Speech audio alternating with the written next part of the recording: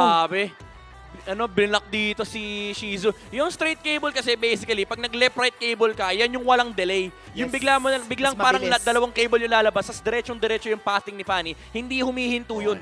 Ang tanong ngayon, James Banks, a man with a million moves, kaya ba niyang unahan si Carl TZ with that pick? Oo nga eh, Suyu or Joy or Fanny, yung mga natitirang heroes for James Banks because I feel like if hindi nato kukunin ng AP Bren, pwedeng isama ng TLPH sa first 3 picks nila if super confident sila sa Fanny ni Carl at TZ and Sanford, I believe, pwede pa siyang mag-second phase ng draft kasi open pa yung Lucas, yung Badang, yung Ayan Hylos, na. yung mga ganong klase ng heroes. Pero yun na nga, Fanny, ang pipiliin dito ni James Banks. Wow, sinabayan pa ng Badang. So may crowd control na, may physical damage. Suyo? Patibong nga ba ni Coach RC yun? Oo nga eh. Kasi alam mo, kahit nakakatakot tong Fanny Badang, parang pwede kang maglabas ng million cables dyan eh. Kasi Yeah. pwede mong i-wall spam gamit yung second skill nung Fanny, pati na rin ng Badang.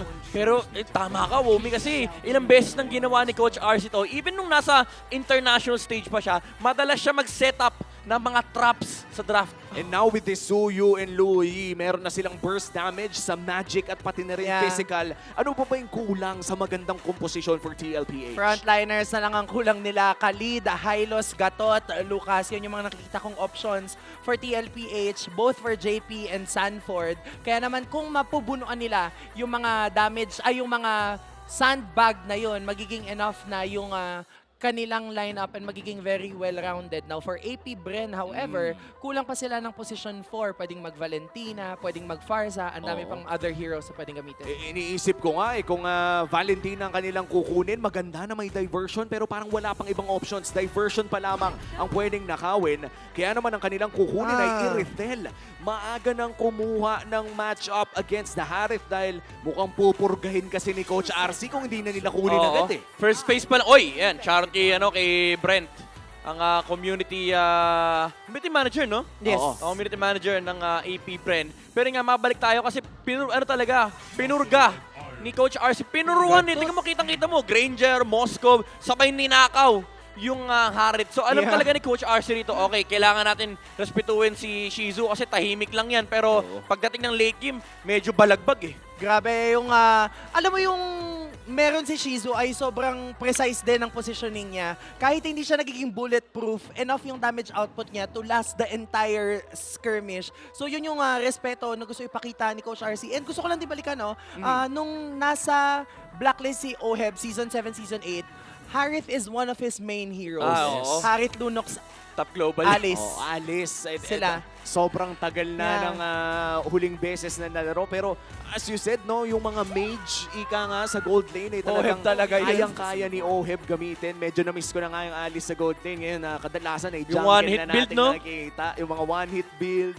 And I think it was very different as well para sa Alice dati dahil iba pa yung ulti niya. Kumbaga, Yes. yun yung ina-activate pa. But ngayon, natapos na ang ating banning phase for the side of Coach CJ. Tinanggal nila ang Cho. Wala pa naman din kasing roamer ang side ng TLPH. Ayan na. This will be a challenge. Sabi na eh. Para dito kay Daddy JP, ano kaya ang kukunin ng AP Bren? Tapos na sila kay Shizu, si Chobskirt naman yung napuruhan doon sa dulong ban. Iniisip ko pwedeng mag-Johead yung TLPH eh. Pero for AP Bren, Farsa, good option pa din. Farsa Eve, and yung Farsa, ay hindi, wala na Eve. Farsa ay hero ni Chobskirt kahit nung nasa MDL pa. And the Hylos is still open. Medyo doon ka lang mapapaisip kung sakali. Oo. Ay nakita Rene na J. natin yung the Rene J special against Super Friends kung saan ang hirap lumipad kapag Yep. may kabayong umahabol. At sa ML lang po yun nag-a-apply dahil kung totoong buhay yun. Hindi ay mangyayari mahirap. yun. Hindi na po mangyayari yun. Next pick for AP Bren. Ano pa kaya ang kanilang kukunin? Roamer na nga ba ang kanilang ilalakin or XP lane? Ay, The answer is none of the above. No, barya na naman kahit walang silina. Oo, kasi counter sa Louis, kitang-kita kapag Vision. kinumutan. At syempre yung Astral Echo magbibigay ng malupit na vision. Pero applicable pa rin yung sinasabi ni Ante rito. Pwede pa rin kunin yung Johead. Yan, lalo, JP special yan. Sabi niya, kung namimiss niyo ako sa MDL dati, pues ito yung pinang-MVP ko noon. Exactly. ayan din yung Season 1, Season 2. Isa si JP sa mga dahilan kung bakit nag-back-to-back ang TLPH Yep. noon. Hindi pa sila TLPH, Echo pa. Echo Echo pa. pa. At ang isasabay nila at panapos ng kanilang draft ay Hilda. Most likely going to the XP lane this time around. Nauuso na naman muli ang XP lane Hilda. Kahit hindi gaano kataas ang priority sa pickings. Last pick here for AP Bren. Still looking for a potential roamer or XP laner. Hylos open. Open din yung TIG, but I don't think though magtitigrill ka sa Johed kasi mauna kang ibalibag ng Johed gaya ng pinakita kanina nung laban ng Team Falcons. So now for AP Bren, ang natitira na nga lang ay yung isa pang tanky hero na wala na din yung Cho. So yun na lang parang yung natitira eh. Oo, at siguro sana magbalik na. No? Ako medyo wishful thinking na, Ruby. Pang-counter lang talaga sa Johed. Kung sakaling gusto nyong kunin. Pero ito na, the last pick for AP Bren. Ano Kupra. kaya ang kanilang panapos Kupra. ng draft? Joke lang. Kupra nga ba? Hindi. Ruby? Pero, Ay, Ruby nga ba? Ruby nga, Hindi. Sino Sino to? babae? Si Edith. Edith. Si Edith. Okay. Nagtatanggal pa ng armor eh. Nagtatanggal ano muna? ba? Oo, syempre. Sensor dapat yun, Censored. nagtatanggal ng armor. At ayan na, the Edith pick. Last pick for AP Bren. Ito na ba ang draft na magbibigay sa kanila ng another upset victory against one of the dark horses of our league, DLPH? I think half of the people expected na magiging sobrang dominating nila this season. But I think I can be sure na hindi nila in-expect na sobrang lakas pala talaga pagpasok ng S15. I would say isa ako sa mga nag-isip na nakaramdam na hindi ganun kadali yung magiging journey Same. ng DLPH. Kaya after nung week number 1, gulat ako. Kulang yung gulat lang eh. Gulat talaga kasi usually it takes a while for TLPH. Nasa history nila yan. Kapag may bagong adjustment, kailangan ilang weeks, kailangan ilang minsan nga isang Seasons pa season nga eh. Oo. yung tatagal Echo. bago sila makapag-sanay talaga. Pero ito, tama si Carly, nung pumasok si Ohe, parang natural transition. Oh, may nag-click. Ika nga. Match made in heaven talaga. Baby cakes talaga. Baby Tama. Oheb and Carl TZ. Who would have thought, no? Parang pag sinabi nyo sa akin 2 years ago or Hindi 1 ako year ago, maniniwala. na si Oheb at Carl TZ ay mapupunta sa isang team at magkakasundo ng ganitong level. Ay hindi Tatawanan talaga. kita. Tatawanan kita. Minsan may mga ganyang storya talaga eh. Yung dati hindi nyo gusto isa't isa pero sa ending, kayo talaga. Wow! Ibang klase ka talaga, Nightmate. Pumasok na tayo sa ating Game 1. Once again, this is the first game of this best of 3 series. DLPH versus AP Bren. Tapatan ng Young Goat at the man with a million moves mula sa MDL na ngayon nasa MPL.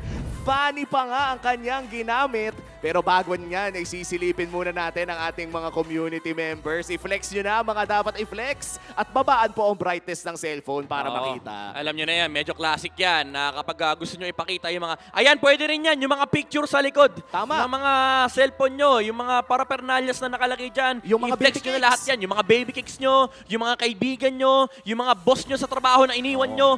Yan, may mga naglalaki kasi yan minsan eh. Hindi ko in-encourage yun ha. Oo, Pero kung syempre. gusto nyo sila Huwag shout niyong out, gagawin. pwede naman. Oo. Isa rin sa mga paborito ko last season ay may nagdala ng laptop na naka-work from home siya. Oo. Meron pa yung mga nag-online class. Nag-online class dito sa loob Oo. ng ating venue. Biruin mo, pinagsabay mo yung passion mo sa esports at panonood at pagsuporta sa iyong favorite team habang nagtatrabaho. Ganyan po kalupit ang ating mga viewers. Ayan kuya, sabi sa'yo dapat babaan yung brightness. Oo Wala nga eh. kaming nakita. Di ba? Kulay puti lang eh. Parang, Kulay puti lang. parang sinusundo yung yung screen eh. may holy light eh. Alam mo, men. Walang Rafaela pero may Ayan. Oo, wala eh. Ayun o. Babaan mo pa. Pakibabaan. Baba! Ayan, mo marunong pa. yung isa, marunong Ayan, yung isa. 20%. Ayan. Yan, itaas mo naman. Ayan, itaas mo ng konti. Masyadong madilim. Magaling. Ay, nakabukas pa po yung keyboard mo, sir. Kita namin yung messenger. Ayan. Wow, Beast Ay! versus Cavalry. 1-0, Pansig laban. Pati yung pansik laban may trash token. Oh, ayan. May ganti Ginanti. sa'yo, boss. Ano, may gaganti ba? Bigyan nyo ng 5 Oh. seconds. 5 seconds. Oh, Anong five, igaganti nyo ganti. dyan? 4, 3, 2, 1. O, balik kayo, ano? Wala. Wala. Brent, may ganti ba? May ganti ba, Brent? Parang yan yung best of one nyo. Wala kang ganti. Kung saan. Panalo ka man sa Pansik laban. Ay! Binibi! O, 5 seconds ulit. Bilangan natin. Oh, Dapat may 4, 3, 2, 1. Nako, Anong walang... gante? Anong gante? Nako, anong gante? Wow! Walang- Aura lang. Ano yan? Ano yan? Ano yan? Ano yan? Week 2 ready! Yes! Nako, nilabas na ang mga macho. Ayan Grabe na yung- naman. Ayan na yung White Sando.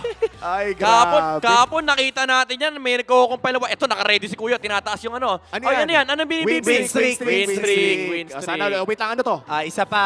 Ayan. Isa Cavalry pa, 1-0. dalawang cellphone na. Kung may pangatlong kamay yan si Kuya Brent, may pangatlong cellphone yan.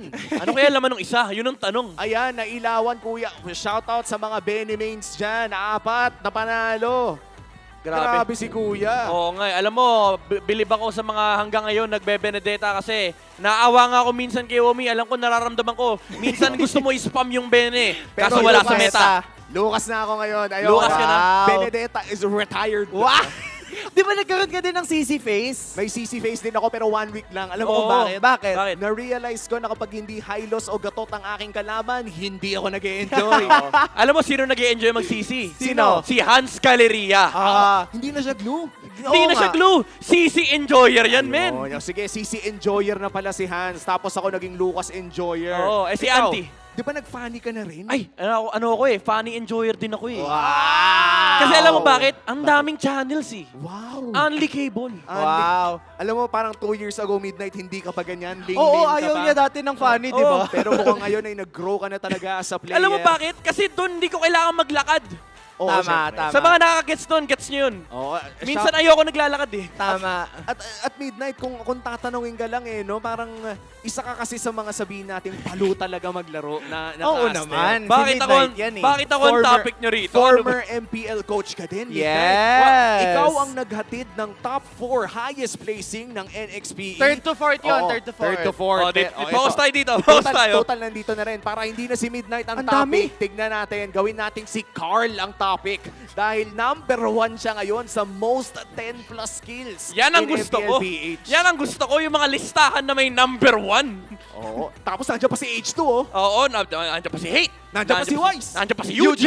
Nandiyan pa si Haji. Haji. Di ba? Grabe na. Parang mga ano na to, ah. Gusto ko, alam mo, sa totoo lang, Basta ng mga OG. gusto ko makakita ng MPLPH players with top GPM. GPM. Malay natin nilabas. Niluluto na dahil ni-request mo. Na-pressure pala. Yung graphics, Yung graphics. natin sa likod. Tumatakbo eh, no? Tumatakbo na. si Midnight. Tapos yung statsman natin, Nagpo-pull up na. Pinull up na yung stats. Pero ito, man, Carl TZ still number 1. Dami. Throughout the seasons of Yeah. Ito lang ewan ko, hindi naman lahat ng mundo nag-NBA, pero parang si Carl na yung nagiging Lebron ng MPLPH. oo. Tsaka si Goat eh. Pew. Silang dalawa. Sino ba, may young goat ba sa NBA? Or wala pang young goat doon? Hindi ko alam eh. Yung mga palayaw kasi doon, iba eh. Oo, iba next level. Next Iba, level iba yung na. mga description nila eh. Ay, iba. Sa Description atin nila, kasi man. simple lang eh. Bata pa si Carl, goat siya, young goat. Young goat. Ganun lang sa atin eh. Hindi natin pinapakomplikado yung bagay eh. Komplikado na yung laro eh. Tatanungin ako, Sige, tatanong mo. mas matanda ba si Pew kaysa kay Carl? Oo. Oo. So kung may young goat, May old goat. pwede ring old goat si Pew. Goat naman talaga. Pero goat naman, alam mo yun yung debate para sa akin sa totoo Oo. lang. Siyempre, in terms of the goat contention, siyempre maraming mga pangalan na Sila lalabas Ribo, dyan. Sila V-Wise. Sila V-Wise, yung mga ganong pangalan. Oo. Pero yung Si active Womi. pa yun, thank you, pero hindi. Si Midnight. Si Midnight, ayun. Wala, nauna ako.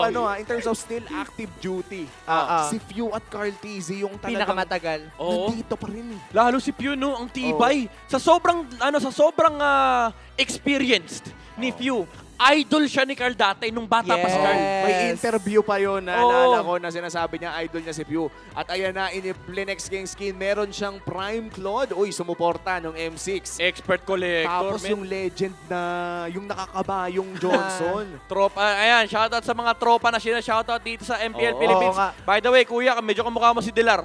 Oo nga. Ay, hindi. medyo- Pagka Uy, kalahati uy. lang ng mukha niya, Dilar. Ano yan? Shoutout sa jowa ko, wag ka nang Magalit. magalit. Oo. Ayan. Ang tanong, bakit galit? Mag-sorry kayo. Sorry, Sorry. sorry. Ngayon na, ngayon na. Sorry. Mag-message ka, buksan mo yung messenger. Sino yan? Nagsando na rin. Yan daw meta ngayon eh. Di ba? Meta yan ngayon. Last week pinag-usapan natin Midnight yung mga poging naka-white shirt. White shirt eh. Medyo mali pala. Poging naka-white Sando. Kasi kahapon nakilala natin si Yue. Si Yue. Na Naka-white sando eh. Yung Rora, nagpalit ng jersey, nag-white sando si bigla Rene eh. J din meron no? Oo, halos lahat meron. At sa wakas ay papasok na nga tayo sa Land of Dawn para sa Game 1. Mukhang ready na ang ating mga teams. It's AP Brand versus CLPH. Tapatan na naman ni Carl TZ and James Panks. Isa ito sa mga pinaka-rare fanny games sa mapapanood natin. Excited ako makita Oo. si James Panks gumamit ito. Bihira natin makita yan kasi laging nasa ban section. Ngayon, nilalaro na ng mga teams, nilalaro na ng mga drafter na minsan pinalulusot at kina-counter. So far, nakita natin kung gaano kalakas yung Fanny talaga sa kamay ni King Kong na kahit Yes. gaano kahirap sa early game, nakakaharap ng bawi. Ang malupit pa nun, inline pa kay James Panks. Oo nga kaya nga ngayon kung meron man tayong pinagkaiba dito sa usual Fanny na kaganapan ay naka-impure rage, I think usually lethal ignition for that added burst. Pero with this, medyo mas makakapag-cable yata siya ng mas matagal because of the impure rage. Parang kung ikukumpara mo yung larong ito sa mga laro natin kanina, wala masyadong poke na nagaganap maliban na lamang sa gold lane. Ayun. Kung saan Ayun. si Oheb ay maagang pinuntahan ako, kilua, 3 na yan. Ang hirap nung buhay ni OF dito. Alam mo, ang natutunan ng AP Bren kahapon, sabi nila, tinatlo si Shizu na shutdown tayo. Gawin natin kay OF. At mukhang mapoprotect naman ng kahit paano dahil si JP ay nagtumatambay na around that gold lane. Di pa tayo nakakita ng maagang mga Fanny usage dito pero Yeah. mukhang umaamba na si James Panks ng angulo. Kailangan makakita din ni JP ng pwedeng maibato at this point in time. After niyang ibato, isa-stun ni Carl TZ tapos i-vacuum papasok ni Sanji. That will be a sure kill in the favor of TLPH. Oo, grabe yung burst damage na meron dito ang TLPH in terms of both physical and magical. Talagang kompleto ang kanilang mga recados. As the first turtle spawns, mukhang mauuna sa pwesto ang AP Bren pero nandyan din lang si JP at Sanford. In fact, Sanford is already level 4. Medyo masakit na to. Ito yung power spike ng Hilda in terms of burst damage. TP, grabe. Nakaamoy dito yung AP Bren. Ayun. Kitang-kita nila yung kumot. Wow! Okay, get off with the set. Pero yung cable sa abot pa, hindi. Tinapot siya ni Nalabas. JP papalik. There, hinitatama yung stun niya. Nakalabas si JP with the flicker. So nagkaambahan lang dito. Pero AP Bren, naka-ready rin sila sa mga TP na ginagawa ng Liquid Philippines. Pero mukhang dahil sa sustain na ay makukuha ng TLPH ang pinakaunang pagong at si Der ay mababawasan lamang ng bahagya. Still a very good take coming in from TLPH at mukhang kailangan pang mag-play safe dito ng XP lane ng AP Bren. Oo, parang ang ginawa nila ay binox out lang yung Oh, JP? kanilang mga kalaban. Si Shizu tutumba rito sa may top lane. Zaman Force plus ejector combo mula sa Liquid Philippines. Pero may naharap na James kill Panks? pabalik dito si James Panks getting the kill Wow. onto JP. So kahit paano may trade. Pero that's the gold laner on the side For of the AP roam. Bren going down. Oh, ito yung maganda no kapag may Fanny ka, Auntie. Kahit tapos na yung laban, minsan may extra pa. Kumbaga may after credit scene. Oo, pwede kang makakuha pa ng pick-off, lalong-lalo na kung low na yung mga natitirang kalaban yung buhay ng kalaban mo. So yun yung security na nabibigay ng Fanny and hindi siya makakatch agad ng mabilisan ng kalaban. Tsaka maganda pala dito sa combo ng AP Bren ay meron nga silang kumot dito, no, yung Astral Vision. Echo. Kitang-kita din ng Fanny. Okay. Kumbaga merong navigation. Oo. Kita ng Fanny kung saan siya pupunta at kung sino pwede niyang huliin. May- And of course, tumataba din yung hitbox. Yes. Yeah. May GPS kapag nilabas na ni Chovskirt yung kumot, sabihin niya kay James Panks, turn left. Oo. Matapos ang dalawang Pagkatapos ng tatlong kable, mag-ulti ka. pwede na. For AP Bren right now, hindi pa tayo nakakita ng sabihin nating matagalang team fight dahil pakiramdam ko, no, for two teams here, for TLPH and AP Bren, what they want are quick fights. Yes. Gusto nila yung isang birahan lang, tapos na. Oh, there. Tingin ko daw at least late game There? may insurance Oy, dito oy, oy. ang May AP tip- Bren. May TV sa likod, hindi alam ni Der. Nako! Kakaalis lang. Kakauwi lang ni James Panks. Wala siyang kaibigan sa ibaba. And si Sanford dito, yung pokes niya ang nagamit ng TLPH para patumbayin yung Edith. Parang magic trick yung ginawa niya doon. Dinistract niya, nagtipi-tipi-tipi. Napaisip si Der, bakit nagtitipi to? Tapos nalaman niya yung sagot. Alam mo kung bakit? Yung likod mo, may loyi. Nandun na, naging mabilis. Yung ultimate coming from that Sanji, from that Louis. And now, mabilis yung naging transition nila sa Kumot. turtle. James Banks dito pa kable-kable, pero may nandoon yung fist crack, pero makukuha pa rin naman ni Carl Tizzy yung pagong, the young god with the retribution, and tutumba rin si James Banks. More stuns coming out from DLPH. May sagot si Der dito, pero may damage pa. Yan ang tanong, Shizu. In the middle of the fray, tutumba na si Carl Tizzy. Nakagamit na ng sprint dito. Si Shizu, yung damage output ay sapat, pero Noheb with the damage output, taking down Shizu, and may TP pa sa likuran. Sanji finding Joveskirt Flicker mula kay Nubaria, and tutumba na rin si Joveskirt, pero si James Banks nag-ahabol, hinaharap yung punish, cutthroat dito kay Louis Yi, pero still TLPH winning the turtle team fight. One of the longest team fights ang ating natunghayan. Halos 1 minuto ng tuloy-tuloy na laban. Auntie, ano ba yung mga naging highlights nun? Sobrang ganda ng flexibility na nabibigay talaga ng diversion play coming from that Louis na likuran nila si Joveskirt, at kahit papaano sobrang laki ng ikinalamang doon ng TLPH kasi nakapagwala ng ganun-ganun lang si Oheb, pero kagaya ng nabanggit kanina ni Uomi, merong chance na yung Fanny ay hahabol sa dulo kapag low na yung mga kalaban nito. At nakita nga natin si James Banks ay talagang praktisado sa Fanny. In fact, mukhang magkakaroon pa nga ng 1v1 doon sa may bandang baba. Carl Tizzy, however, able to escape. At mukhang may diversion play pa nga na bato. AP Bren, sumasabay pa rin sila kahit lamang sa gold ng TLPH. Kitang-kita yung tapang ng AP Bren. Ito yung sinasabi natin si James Banks, ganyan talaga yung identity nung player na to. Kahit anong lugi ng kanyang mga kampe, kahit anong lugi ng kanyang team, lamang nga siya sa gold tsaka sa level over Carl Tizzy. Kasi nga, ganun yung ginagawa talaga niya. Kumbaga, taga-walis na lang siya ng mga natitirang team fight if ever man magkaroon. Hindi siya nag-uuna.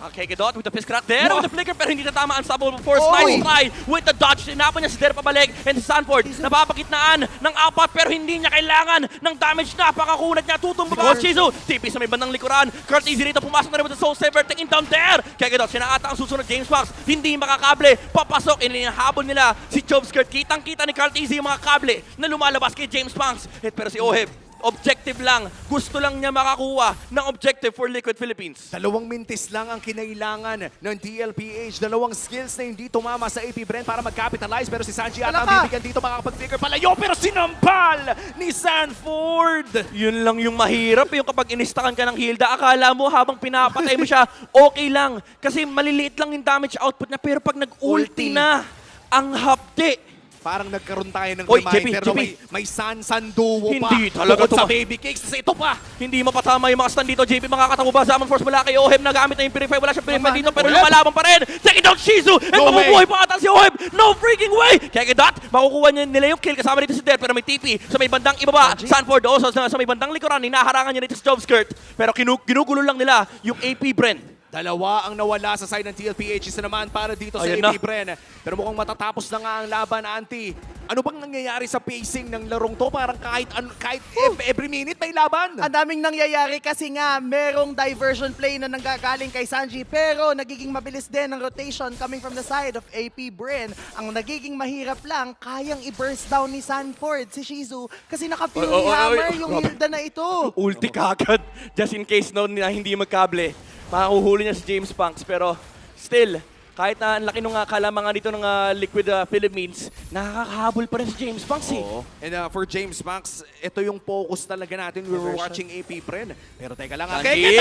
Nako, tinipi yung suyo. May stun kasi yan. Napakadayang jungler. Conceal. Di pa sila tapos TLP. Sila naghaharap sila ng away. James Banks. Nakukuha pa niya yung pick up with Sanford. Pero si Shizu sa may batang likuran. Naabot dito ng Liquid Philippines. Pinana niya si Der. And tatakbo na si James Banks. AP Bren. They will lose the purple as well of the Fanny. Carl Tizzy nag-ala Filipino sniper on that play. 2 nawala at mukhang may Joveskirt, Lord Joveskirt! transition pa to. Wait lang. Joveskirt with the flicker out. Pero si Kedot hindi ata makakalabas. Meron siyang dash, however.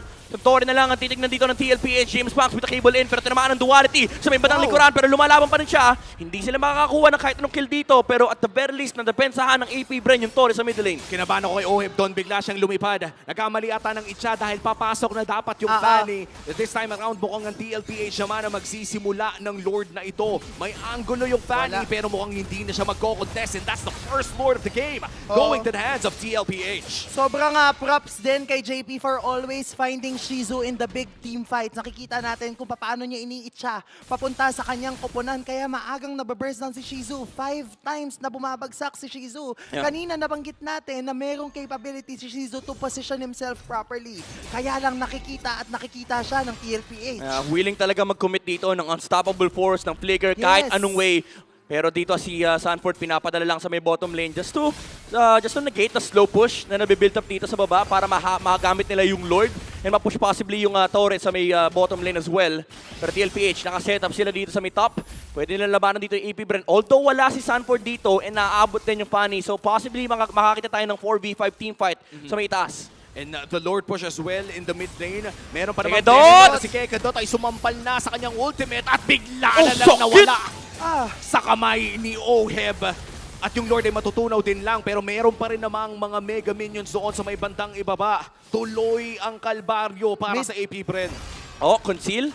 Wala dito kay JP. Naghahanap sila ng potential target. Magkakaroon na ejector flicker dito sa JP in 2 seconds. There, nasa may bandang likuran. Kahit sino pwedeng itapon dito ng TLPH. Maraming TP lumalabas mula dito kay Sanford. James Punks, pinifake na lang yung kanyang mga cables. Pero wala nang minion wave dito ang TLPH may top lane na lang pero may holy defense pa. Zaman Force ginamit na rin dito ni Oheb and AP Bren. Makakadepensa pa sila. Oo, ay isang torre na naman na nakuha niya sa may bandang baba pero may conceal there. There! Sila! Oh my goodness, Kekedot in there with the jump in, Oheb! Siya ang unang tutumba, napakagandang entry point mula dito kay Badang. Kaso yung damage, sapat pa rin mula kay Young Goat, ka-RTZ with the clapback against AP Bren. Mauubos sila yung minion wave however, pero nakatitig pa rin ang TLPH. Ano kaya ang call Latag. dito ng TLPH? Papasok si James Banks pero para lamang mag-clear. Diversion play. Ang tanong ay saan mapupunta? Ayun lang. Pero yun na ata, pauwi na pala ang sagot sa tanong na yun. oo, kasi nakita natin maagang nilatag ni Oheb yung kanyang Shaman Force to Oy, use James it Fox, James Fox. offensively. It just so happens na hinabol siya ng AP Bren kaya siya ang napabagsak. With that, kinailangan ng TLPH na mag-back away. At 40 seconds na lamang bago lumabas ang Luminous Lord. Isang inhibitor turret lamang ang nakuha ng TLPH pero lumaki ang kanilang lamang to an 8k gold lead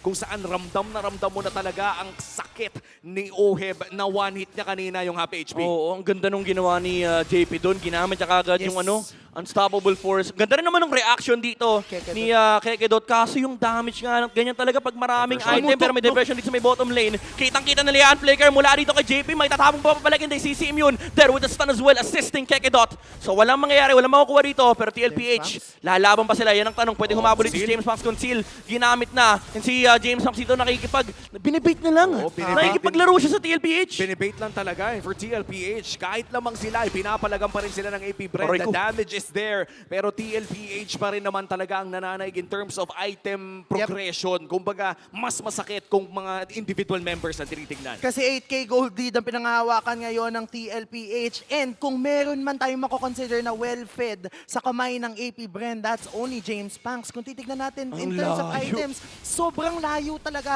Yung gold laner, wala pang ganong kadaming item. Even the mid laner, yun lang din yung halos na nakalalamang.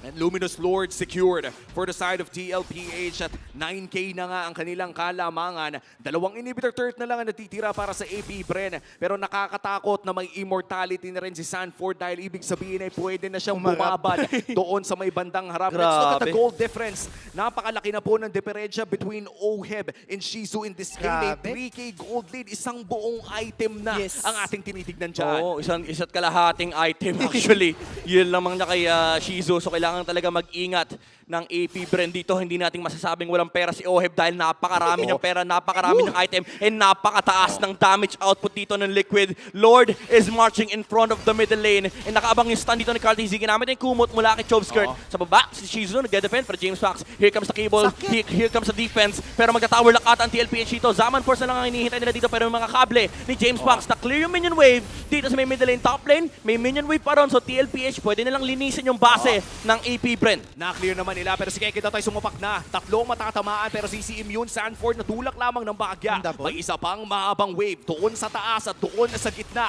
Ang tanong, sino ang unang magpupull ng trigger? Oh. Na-cancel si JP! Hindi siya nakabato pero yun na ibato niya si Kekedot flicker out pero hindi pa rin siya makakaligtas. May damage output pa rin Shizu! mula kay Haret. Pero Shizu sa may bandang likuran na paggamit na ng kanyang ultimate para tumakbo. Oheb, wala man siya pera pero meron siyang damage. Tower lock na lang nga ba ang hinihintay dito ng TLPH AP Bren? James Fox gumagawa pa rin ng paraan. Nakakahanap pa rin siya ng mga moves. Unli cables, ika nga.